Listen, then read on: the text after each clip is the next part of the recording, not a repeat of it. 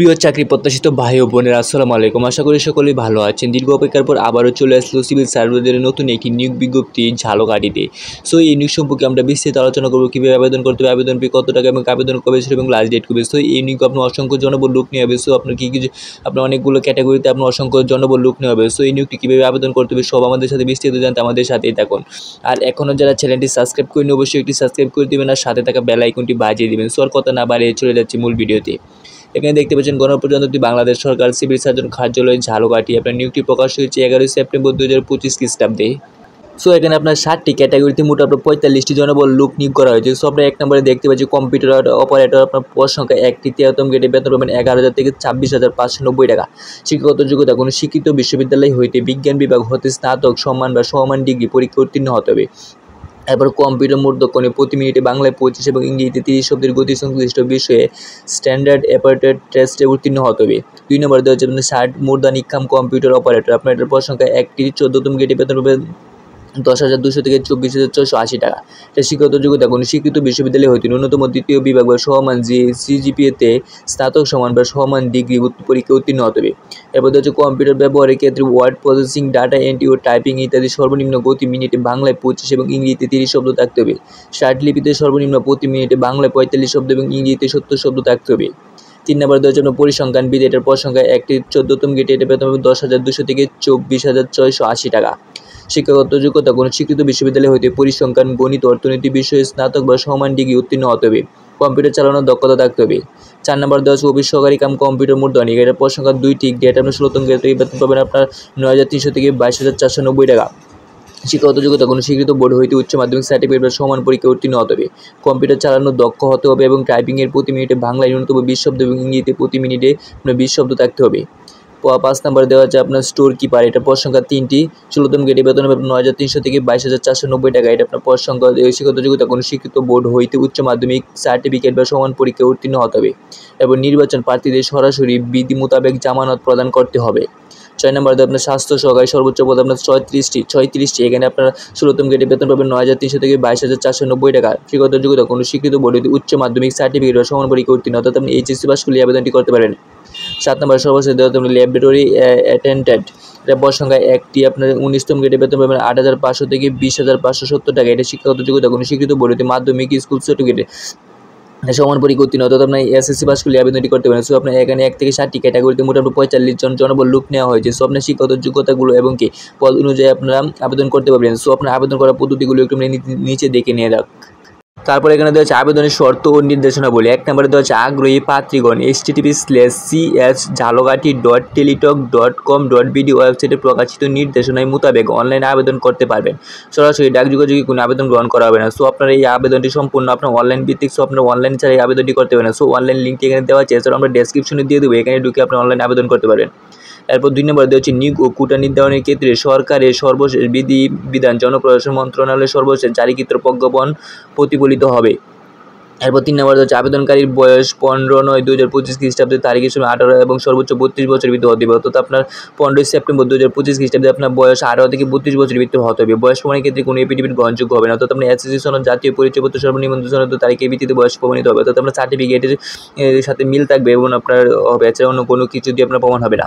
4 নম্বর দেওয়া হচ্ছে সরাসরি সরকারি, আধা সরকারি ও আধা স্বায়ত্তশাসিত প্রতিষ্ঠানে কর্মরত প্রার্থীদের সরকারি বিধিবিধান অনুসারে নিম্নবর্ণিত বয়স পরিসীমার মধ্যে অবশ্যই যথাযথ কর্তৃপক্ষের অনুমোদন ক্রিয়ক নির্ধারিত সময়ের মধ্যে আবেদন করতে হবে এবং সরকার চাকরিরত প্রার্থীদের মৌখিক পরীক্ষার সময় নিয়োগকারীকে কর্তৃপক্ষের কর্তৃক প্রদত্ত অনাপত্তিপত্র এর মূল কপি বাধ্যতামূলক জমা দিতে হবে।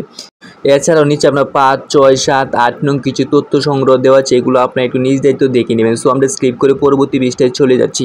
এই পৃষ্ঠা আরও কিছু তথ্য দেওয়া আছে এবং 10, 11, 12, 13, 14 এই তথ্যগুলো আপনি একটু নিজ দায়িত্ব দেখে নেবেন। সো আমরা 15 নম্বর তথ্য থেকে শুরু করছি। এখানে আপনার আবেদন সম্পর্কে কিছু নিয়মকানুন দেওয়া আছে, এগুলো একটু আমরা দেখে নিই।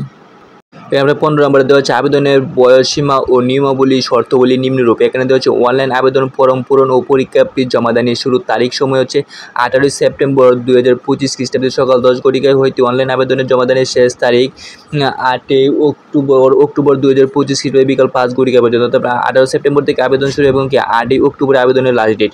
উক্ত সময়সীমার মধ্যে ইউজার আইডি প্রার্থীগণ অনলাইন আবেদনে সাবমিট করার সময় পরবর্তী 72 ঘন্টার ভিতরে SMS এর মাধ্যমে পরীক্ষা ফি জমা দিতে পারবেন।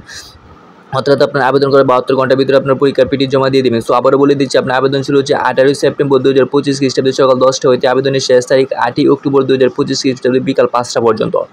সো তারপর 16 নম্বরে দেওয়া হচ্ছে অনলাইন আবেদনপত্র প্রার্থীর রঙিন ছবির দৈর্ঘ্য আপনার 300 থেকে 300 পিক্সেল এবং প্রস্থ 300 পিক্সেল এবং স্বাক্ষরের দৈর্ঘ্য 300 এবং প্রস্থ 80 পিক্সেল করে স্ক্যান করে নির্ধারিত স্থানে আপলোড করতে হবে। ছবির সাইজ সর্বোচ্চ 100 কেবি এবং স্বাক্ষরের সাইজ সর্বোচ্চ 60 কেবির মধ্যে হতে হবে।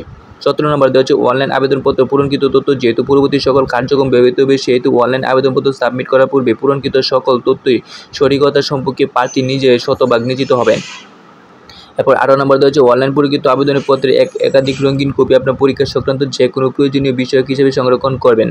তারপরে এখানে দেওয়া হচ্ছে আপনার আবেদন করতে কত টাকা খরচ হবে। এখানে দেওয়া হচ্ছে যে কোনো টেলিটক প্রিপেড মোবাইল নাম্বারের মাধ্যমে 2টি SMS করে পরীক্ষা ফ্রি বাবদ অপারেটরযোগ্য আপনার ক্রমিক নং 1 থেকে 6 নং পদের জন্য 100 টাকা এবং টেলিটক 4 রিচার্জ 12 টাকা সহ আপনার 112 টাকা দিতে হবে। এছাড়া আপনার 7 নং পদের জন্য 50 টাকা এবং 4 রিচার্জ 6 টাকা সহ আপনার 56 টাকা দিতে হবে। অর্থাৎ আপনার 1 থেকে 7 নং আবেদন করার জন্য আপনার 100 টাকা এবং 4 রিচার্জ 12 টাকা সহ আপনি 112 টাকা দিতে হবে। শুধুমাত্র 7 নং আবেদন করার জন্য আপনার 50 টাকা এবং 4 রিচার্জ 6 টাকা সহ আপনার 56 টাকা দিতে হবে 72 ঘন্টার ভিতরে। বিশেষভাবে উল্লেখ্য, অনলাইন আবেদনপত্রের সকল অংশ পূরণ করে সাবমিট করা হলেও পরীক্ষা ফি জমা না দেওয়া পর্যন্ত অনলাইন আবেদন গৃহীত হবে না। অর্থাৎ আপনার সকল কার্যক্রম করলেও যদি আপনার টাকাটা জমা না দেন তাহলে আপনার আবেদন গৃহীত হবে না। সো আপনার আবেদন করার 72 ঘন্টার ভিতরে আপনার টাকাটা জমা দিয়ে দেবেন। সো আপনার নিচে দেওয়া আছে কীভাবে টাকাটা জমা দেবেন, এগুলো কিছু ধাপ দেওয়া আছে আপনারা। তো আবেদন সংক্রান্ত এখানে আরও কিছু নোটিশ তথ্য দেওয়া আছে, আপনার এগুলো একটু সংগ্রহ করে দেখে নেবেন নিজ দায়িত্বে। সো আপনার ভিডিওটি লং হয়ে যাওয়ার কারণে আপনার সবগুলো বলতেছি না, আপনার মূল পয়েন্টগুলো বলে দিচ্ছি। সো আপনার বাকি তথ্যগুলো একটু নিজে দেখে নেবেন।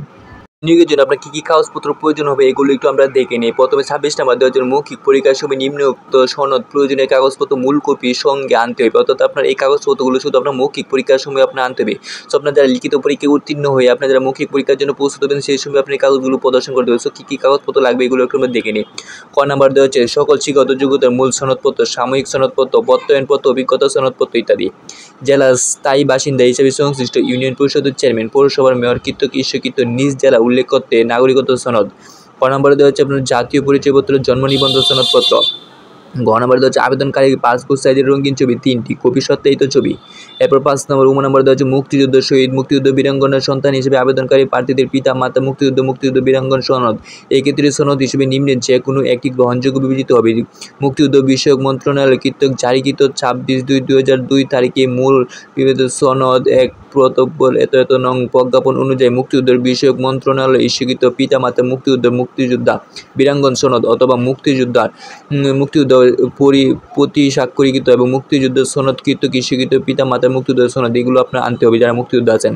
এরপর 6 নম্বর ক্ষুদ্র নিগোষ্ঠী উপজাতি প্রার্থীদের ক্ষেত্রে সংশ্লিষ্ট জেলা প্রশাসক কৃতক প্রদত্ত সনদপত্র। 6 নম্বর দেওয়া হচ্ছে শারীরিক প্রতিবন্ধী ও তৃতীয় লিঙ্গের প্রার্থীদের ক্ষেত্রে সমাজসেবা অধিদপ্তর জেলা সমাজসেবা কার্যালয় উপপরিচালক কৃতক প্রদত্ত সনদপত্র। এরপর 6 নম্বর দেওয়া হচ্ছে বিভাগীয় প্রার্থীদের ক্ষেত্রে যথাযথ কৃতপক্ষ কৃতক প্রমাণপত্র। এরপর 6 নম্বর দেওয়া হচ্ছে সহকারী প্রথম শ্রেণী গেজেটেড কর্মকর্তা কৃতক প্রদত্ত চারিত্রিক সনদপত্র। ইউ নম্বর দেওয়া হচ্ছে স্বাস্থ্য সহকারী পদের ক্ষেত্রে সংশ্লিষ্ট ইউনিয়নের পরিষদের চেয়ারম্যান, পৌরসভা মেয়র, প্রশাসক, ওয়ার্ড কমিশন কাউন্সিলর কৃতক ইস্যুকৃত নিজ জেলা উপজেলা ও ইউনিয়ন সংশ্লিষ্ট ইউনিয়নের সাবেক পুরাতন ওয়ার্ড কর্মকর্তা প্রত্যয়নপত্র। এরপর 6 নম্বরে দেওয়া হচ্ছে প্রয়োজন ক্ষেত্রে কম্পিউটার দক্ষতা প্রমাণ সরবরাহ সনদপত্র। 6 নম্বরে সর্বশেষ ডাউনলোডকৃত অ্যাপ্লিকেশন এর অ্যাডমিট কার্ডের রঙিন ছবি প্রিন্ট করে আনতে হবে। অর্থাৎ আপনার ক থেকে ঠ পর্যন্ত যতগুলো আপনার কাগজ সনদপত্র দেওয়া হয়েছে আপনার যার যে কাগজ সবগুলো আপনার সংগ্রহ করে তারপর আপনার মৌখিক পরীক্ষার সময় আপনার প্রদর্শন করতে হবে। সো এই কাগজপত্রগুলো শুধু আপনার যারা লিখিত পরীক্ষায় উত্তীর্ণ হয় মৌখিক পরীক্ষার জন্য অংশগ্রহণ করবে শুধু তাদের জন্য কি কাগজপত্রগুলো প্রয়োজন। সো আপনার সবগুলো কাগজপত্র সংগ্রহ করে মৌখিক পরীক্ষার সময় আপনার সঙ্গে নিয়ে যাবেন। এরপর 27 নম্বর দেওয়া হচ্ছে আপনার 27, 28, 29, 32 সেখানে আরও কিছু তথ্য দেওয়া হচ্ছে, এগুলো আপনার নিজে একটু দেখে নেবেন।